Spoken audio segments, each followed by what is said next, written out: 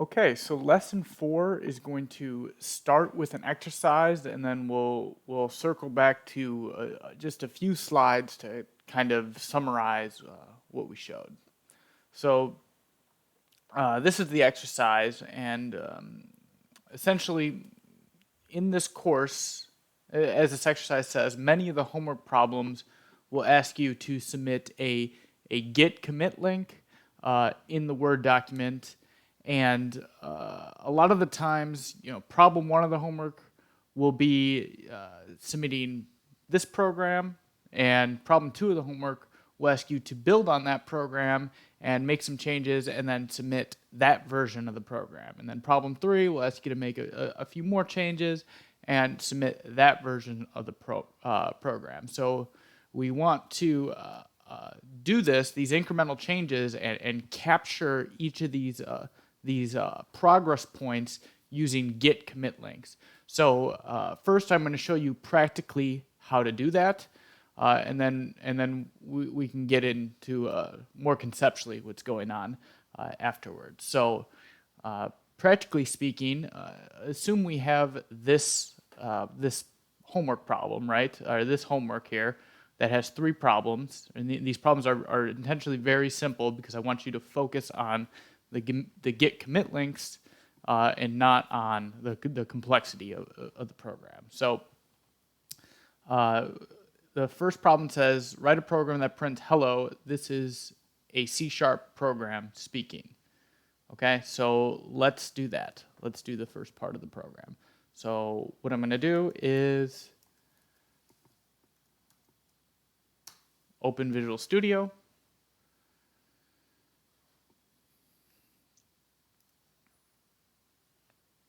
It will open, and I want to create a new project, as we've been doing.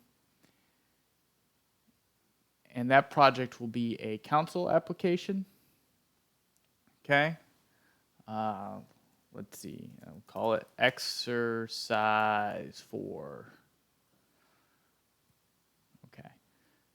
Next. .NET 7. Don't use top-level statements.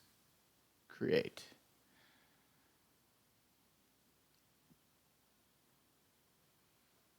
Okay. Okay, so here are programs created, and to meet the requirements of problem 1, we can just say, hello, this is a C# program speaking. Okay, we run it.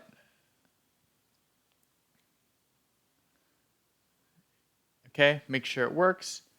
And now we're good. Now we want to submit this for our problem 1 solution. Okay, so how do we do that? So the first thing we're going to do is click. This is the easiest way to do it. There's more ways to do it, of course, but we want to click Add to Source Control. Actually, hold on. There we go. I got to move my head for this. Okay, so these controls are down here in the bottom right. Add to Source Control. We want to click that and click Git right here. Okay. And now this window is going to pop up, and we want to click Azure DevOps here. And if you're signed into Visual Studio, so you can sign in on the top right here, you should have this interface you can work with. Okay, so I want to go to my university account. I want to go in, so you should select your organization and your project. I'm going to be working with the public project right here. So I've selected the name of my organization and the project within that organization. I want to put this code in, and I want to give the repository a name. So I'm going to add repo here just to distinguish from the solution name. So exercise 4 repo. Okay, now before I click create and push, I want to take a visit over to Azure DevOps. Okay, so if I go to Azure DevOps, here is the repos section, and we can see we have these 4 repositories here right now. sorry, here, course public. We have these 4 repositories here right now. Okay, so that's what we see on Azure DevOps. And I'm going to go back to Visual Studio, and now I'm going to click Create and Push.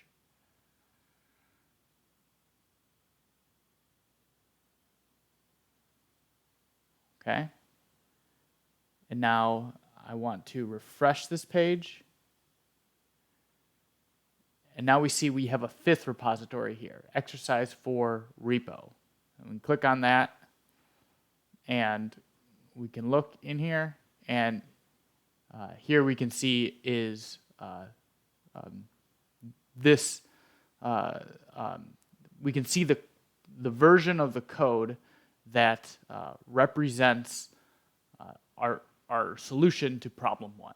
Okay, so that's what we're seeing here, and again, all the core logics in this program.cs file, and these other files are auto-generated by Visual Studio.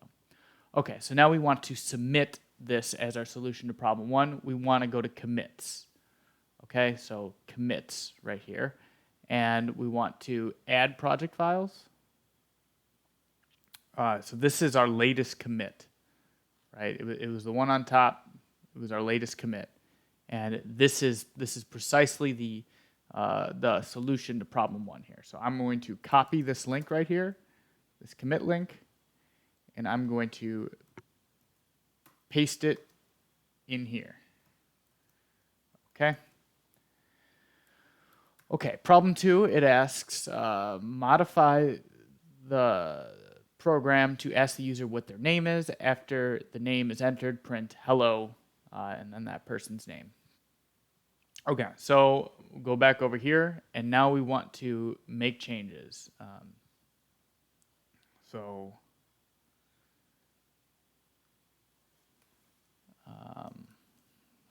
We want to go string username equals, well, we want to do this first, so we want to do console.writeLine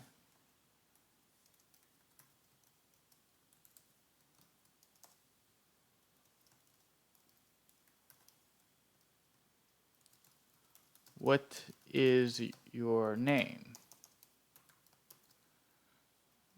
Okay, and we get the name, and then we write hello plus your username. All right, let's go ahead and run the program. Okay, C# speaking, what is your name? Ryan. Hello, Ryan. Okay. All right, now you'll see there's this little red check mark. This means you have changes that you've made to the program that are not submitted to Git, okay? Not committed to Git, if you will. Okay, so we have this other window here called Git Changes. So this is the Solution Explorer where you look at your files, and then you have this Git Changes window. Okay, and in the Git Changes window, you can double-click on program.cs, and you can see the changes that have not been committed yet to Git. Okay.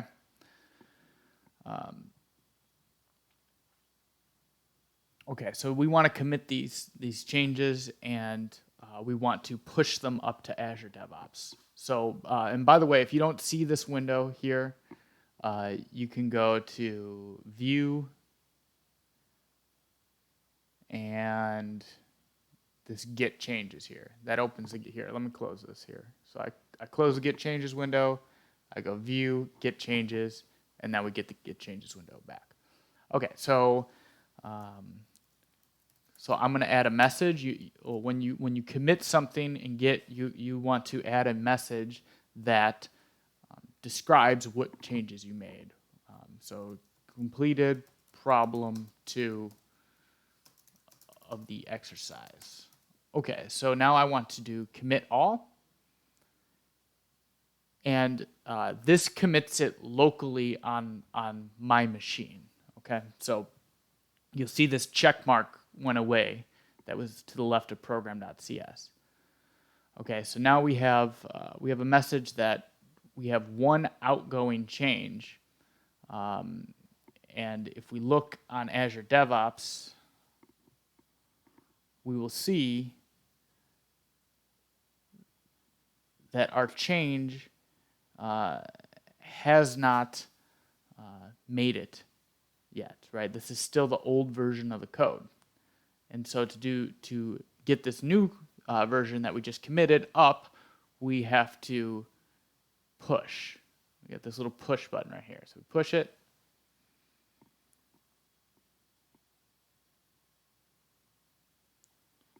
Okay, and then now if we look, we're in the same spot, and I'm going to refresh the page.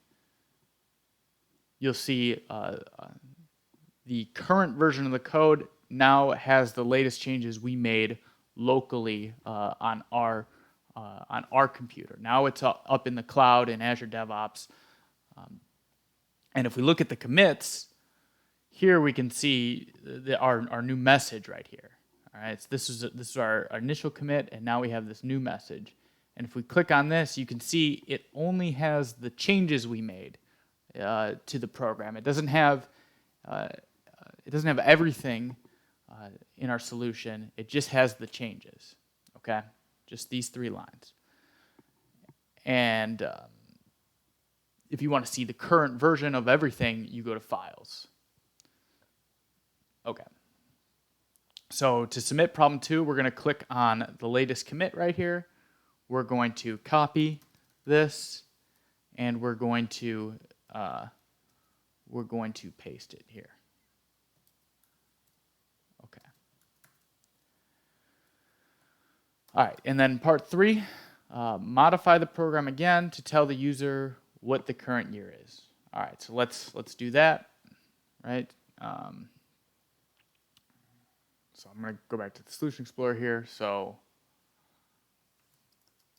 to do this, I want to create a new datetime object.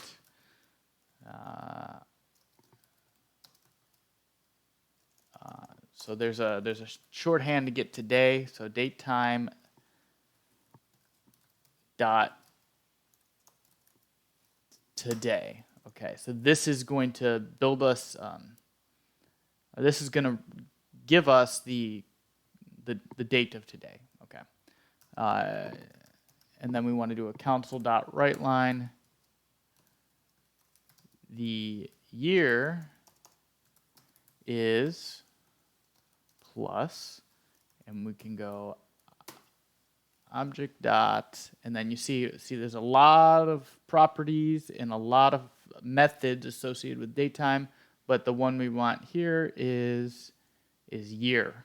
Okay, so you can always browse this IntelliSense to see what's there, but yeah, here's year, and that's all we need. Okay, so we'll run the program. C# speaking, what's your name? Ryan. Hello, Ryan. The year is 2023. Okay, beautiful. All right, so red check mark, we have a pending change.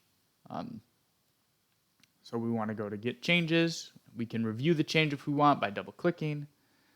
And we can write a message. Completed part 3.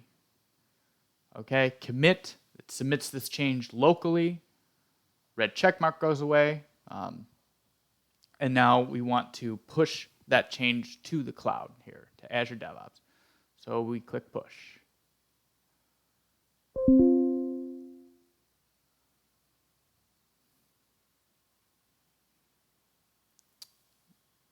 And okay, good. Sometimes it takes a second or two. Okay, so now if we click on commits again over here, we'll see we have completed part 3. That commit message has persisted and been pushed up to the cloud here. So we can click on it. These are the changes. If we go to the current files, we can see this is the latest version of the program. Okay.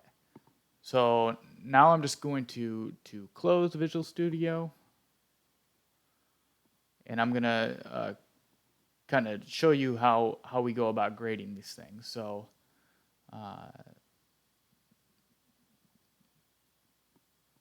oh, I should put the commit link here. Okay, so commits, the latest commit, copy. Okay, so ideally every problem should be one commit. Your solution to every problem should be one commit. Okay. Assuming these the problems are related. If the problems aren't related, then you would want to create a new Git repository. So how we grade these, or how we provide feedback, I should say, is we'll see your problem one. We'll copy the commit link. We'll throw it up in our browser, and we'll inspect it and take a look at your files. And from here, I'll click on the file I'm looking at and say, okay, well, does this meet the requirements of problem one? Are your variables well named? Is it following the conventions? And then I can click on here and I can provide any feedback necessary. Ooh, looks good. All right. And so now when we provide that feedback to you, when you go to this commit link, you'll see our comments, okay?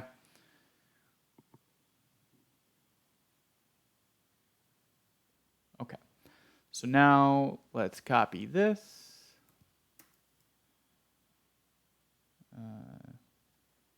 So now when we go to the next commit link, you'll see the comments from problem one are no longer there, right? Those were specific. The comments are specific to the commit, and so that's why it's good for every problem to have one commit message, one problem, one commit message. But on commit 2, I can click on this file here. I like to change this to the modified content view here, up here, so we have multiple views. Modified content, and here, put a comment. Great. Variable name. Okay. So that looks good, and we'll look at problem 3 here.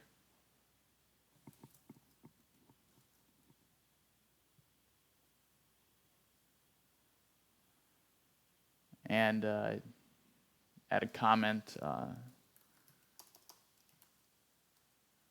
Variable name could be more descriptive, right? So you're getting by line of code, we can provide feedback, very granular feedback if needed.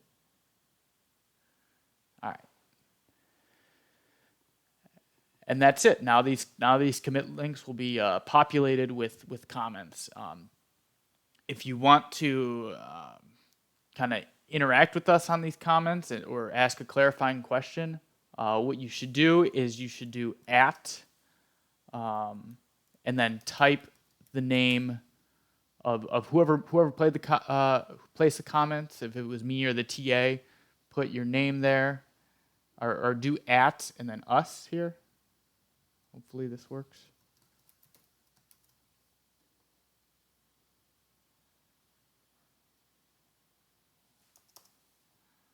Let me try this. @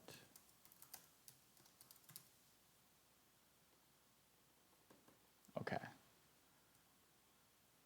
I'm not sure. Okay. I'm not sure why that's happening, but my point is you should @ us. You might have to play with that a little bit to get it there, because if you @ us, we'll get an email that you replied to the comments. If you don't @ us, we're not going to know to come back in here and check whatever question you had on the comment we placed. Okay.